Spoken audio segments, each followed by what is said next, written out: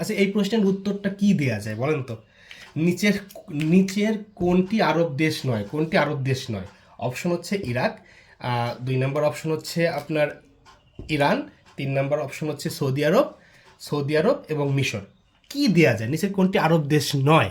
আচ্ছা, আরব দেশ কি আপনার কি জানি? আরব দেশ হচ্ছে যে দেশের আসলে ভাষা আরবি। মানে কি?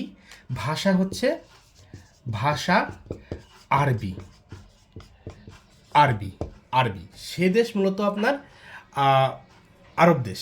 দেখেন, এইগুলা সব দেশটাই মূলত ইসলামিক কান্ট্রি, কিন্তু ইসলামিক কান্ট্রি হইলেও সেখানে কিন্তু কিছু কিছু ভাষার পার্থক্য আছে। যেমন পাকিস্তানের ভাষা হচ্ছে উর্দু, আর তারপর আফগানিস্তানের ভাষা পশতুন। তো সেক্ষেত্রে এইখানেও এমন একটা দেশ আছে যার ভাষা আরবি নয়। যা আরবি না থাকলে সেটা আরব দেশ হবে না। ইরাকের ভাষা আরবি, তারপরে মিশরের ভাষা আরবি, সৌদি আরবের আরবি, কিন্তু ইরানের ভাষাটা আরবি নয়। ইরান আরব দেশ নয়। ঠিক আছে? কেন আরব দেশ নয় আমি বলছি। ইরানের ভাষাটা কি সেটাও বলছি। ইরানের ভাষা হচ্ছে আপনার ফার্সি, ফার্সি, ফার্সি ভাষা। ফার্সি ভাষা হচ্ছে ইরানের প্রধান ভাষা।